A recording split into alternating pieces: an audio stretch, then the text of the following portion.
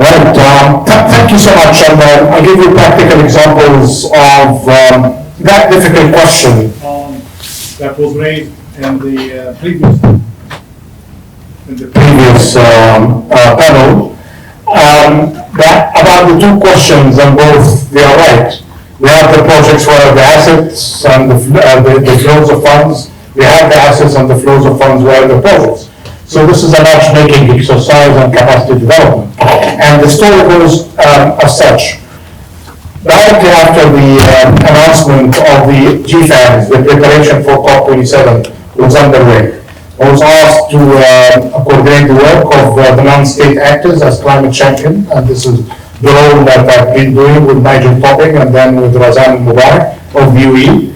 And our job is to be facilitators and to try to find solutions and not to brag about the gaps. So the practical answer to that, and I had a discussion with Mark Carney with his famous piece on the country platforms, with 6 prerequisites for finance and the promise of the GFANs of $130 trillion to flow to the developing economies and emerging markets. I mean, with macroeconomic stability, financial development, the financial markets, and sorry, Hannah, because you heard part of that yesterday, but I'm repeating it for the rest of the audience in specific Africa. And then he went into the issues related to exchange rate volatility and how to deal with that. He went as well into issues related to business environment and matters related to rule of law and governance. And then pipeline of bankable and investable projects. And actually, first time we heard about this serious issue of the bankable investable projects, this was around the same time we met in 2010 when Korea was hosting G20. So it's an old question, not just for Africa, but for the rest of the world. Don't take offense on that.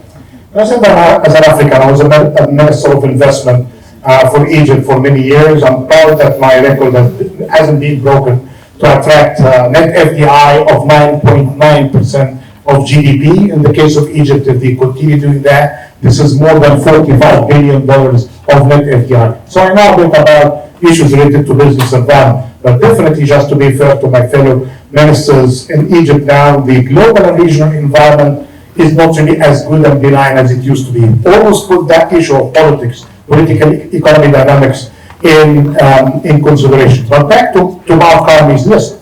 I said, well, this is a perfect list, my good friend Mark. He's a sensible man. Why don't we go by pipeline of bankable projects? And that can lead us to the reforms. And we reform as we go. And we have the example that, for instance, from Egypt, in Bindan, this is one of the biggest solar farms in the world, competing with many other projects in Africa today, with projects in Kenya. There was an announcement of one in Ethiopia just yesterday. Morocco is doing the Ouattazat. And here the model is simple. You have a serious project with potential finance, but then the business environment may not be perfect. But you go to the ministers and tell them, oh, I have the money, I have the assets. And then we have the incentives. If you start to do 1, 2, 3, you'll be getting part of these billions and trillions of assets flowing to your country. So the minister with his government will start to negotiate these tough areas of tariff reforms, offtake agreements, dealing with some sectoral challenges. But if you go them together, the minister of government, pave the road for me, and then we will consider in that high competition kind of environment that we may consider investment for you. They may not say, well, thank you so much, we need to survive in our business. These reforms that you are asking us to do are very much tough and controversial, but here it's basically reform as you go. Did that work only for Egypt? It worked for a pipeline of not just bankable, because the climate action agenda is full of debt and we are overwhelmed by debt. What we need is the proper mix of energy. Perhaps energy can flow here. Yes.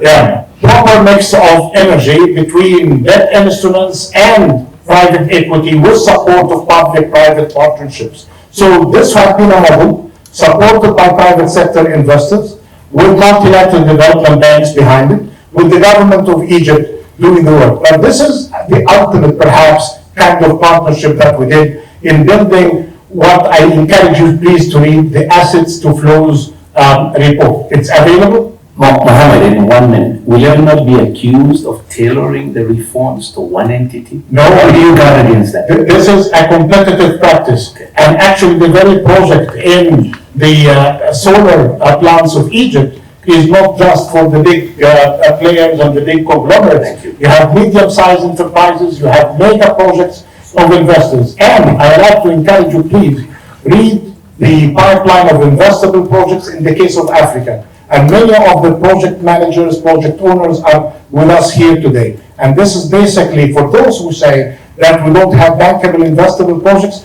we have 408 confirmation that you are wrong. There are bankable investable projects in different stages of development ready for your engagement in the field. A couple of days ago, we were in an African meeting. President Ruto took the stage, and he demonstrated, you were in that meeting when he started to list opportunities country by country, project by project, and Manhattan by that many of these projects are already in our pipeline.